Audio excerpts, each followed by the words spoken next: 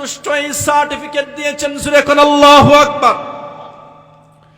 আমার মুসলমান ভাইরা, এই কারণে হযরত আব্দুল্লাহ ইবনে মাসউদ রাদিয়াল্লাহু তাআলা আনহু বর্ণনা করে বলেন, মান কানা মুস্তান্নান ফালইস্তান্নু বিমান ক্বাদ মাত ফাইন্নাল হাইয়া লা তুমানু আলাইহিল ফিতনা।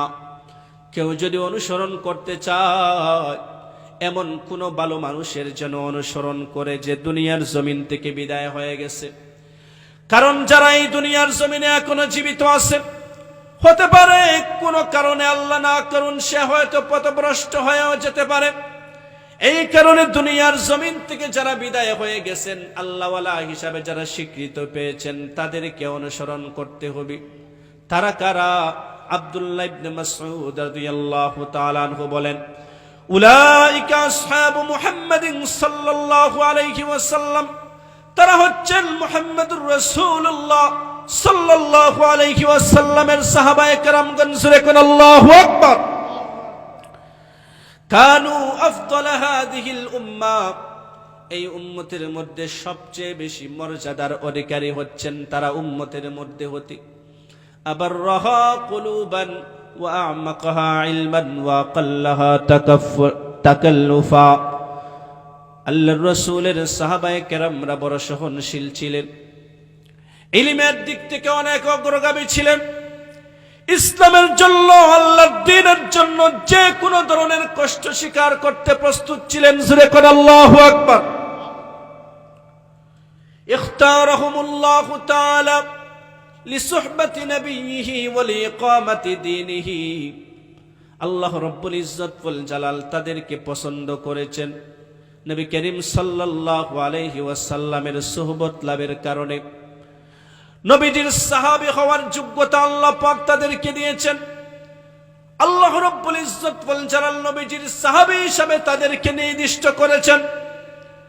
আল্লাহ রাব্বুল ইজ্জত ওয়াল জালাল তাদের মাধ্যমে দ্বীনকে পৃথিবীর কোনায় কোনায় ছড়িয়ে দিয়েছেন। জোরে কোন সুবহানাল্লাহ।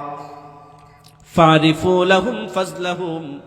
সাহাবায়ে কেরামদের মর্যাদা সম্পর্কে তোমরা জানো, বুঝো।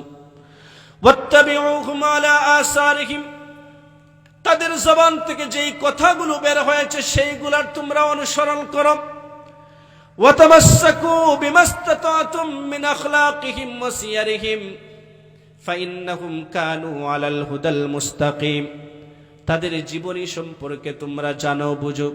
তাদের চরিত্র কেমন ছিল তোমরা জানো, বুঝো, এবং তোমরা অনুসরণ করার চেষ্টা করো। কারণ সমস্ত সাহাবায়ে কেরাম সিরাতুল মুস্তাকিমের উপর প্রতিষ্ঠিত ছিলেন। কোন সুবহানাল্লাহ।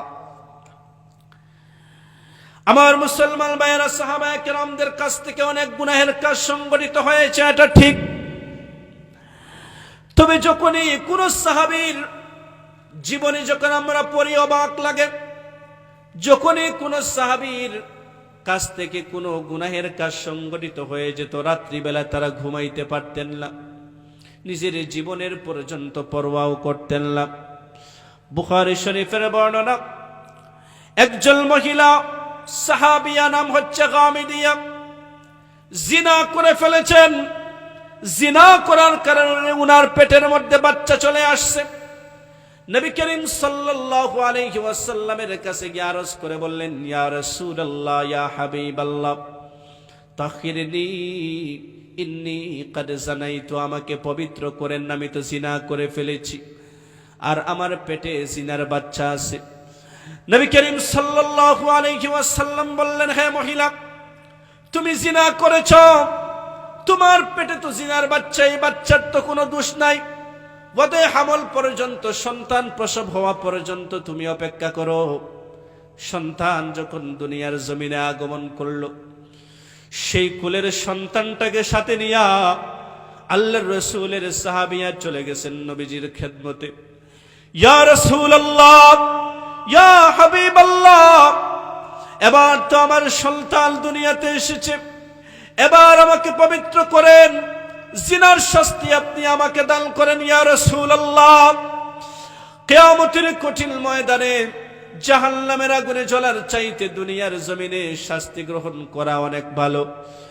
নবী আমার ডাক দিয়ে বলেন, রে মহিলা, তোমার সন্তান তো এখন দুধ পান করার সময়, তোমার বুকে তো আল্লাহ পাক তোমার সন্তানের রিজিক দান করেছেন, যতদিন পর্যন্ত সন্তান দুধ খেতে চায় সন্তানকে তুমি দুধ খাওয়াও, তারপরে দেখা যাবে কি করা যায়। ধীরে ধীরে সন্তানটা বড় হয়ে গেছে, রুটি খাইতে পারে, সন্তানের হাতে রুটি। এই অবস্থায় সেই মহিলা চলে গেছেন নবীজির দরবারে, ইয়া রাসূলুল্লাহ, আমি তো জিনা করে ফেলেছি, আমাকে আপনি পবিত্র করেন, সন্তান তো এখন রুটি খাইতে পারে। আহারে কেমন ছিলেন তারা, গুনাহ করে ফেলেছেন, গুনাহ মাফির জন্য কত চেষ্টা, কত ফিকির। আল্লাহর রাসূল সাল্লাল্লাহু আলাইহি ওয়াসাল্লাম সাহাবায়ে কেরামদেরকে বললেন, সাহাবীরা রে, জিনার শাস্তি হচ্ছে সংসার পাথর মেরে হত্যা করা। এই মহিলাটাকে তোমরা বুক পর্যন্ত জমিনের মধ্যে গেড়ে পাথর মেরে তোমরা হত্যা করো।